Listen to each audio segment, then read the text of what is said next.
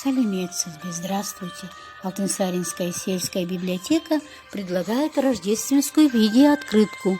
Яркая звездочка на небе горит. Под покровом мягким, снежным дремлет все мое село. Все дороги, все тропинки белым снегом замело. Снег под солнцем серебрится, ясный свет над ним струится, и звучат слова: «Здравствуй, праздник, светлый, ясный, величавый и прекрасный, праздник Рождества». Как и все дети, Сын Божий рос в животе у мамы Девы Марии. Вот уже совсем скоро он должен был родиться на свет. Но как раз в это время по всей большой стране объявили приказ: надо сосчитать, сколько в ней живет людей. А для этого каждый должен прийти или приехать со своей семьей туда, где родились его родители, и там записаться.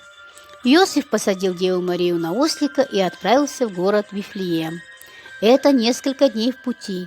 Но когда они наконец пришли в Вифлеем, оказалось, что им совсем там негде остановиться.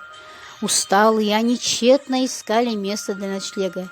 Для них не оказалось места переполненной гостиницы. Они нашли приют в хлеву, рядом с домашним скотом. Когда Мария почувствовала наступление родов, Иосиф пошел искать повитуху.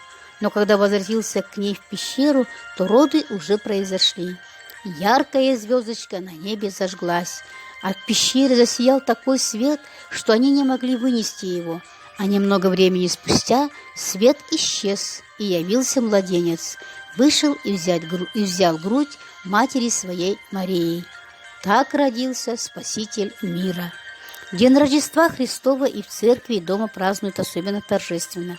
Храмы украшаются в этот день. Священники надевают самые лучшие свои наряды. Рождество – это день всеобщей любви и добра.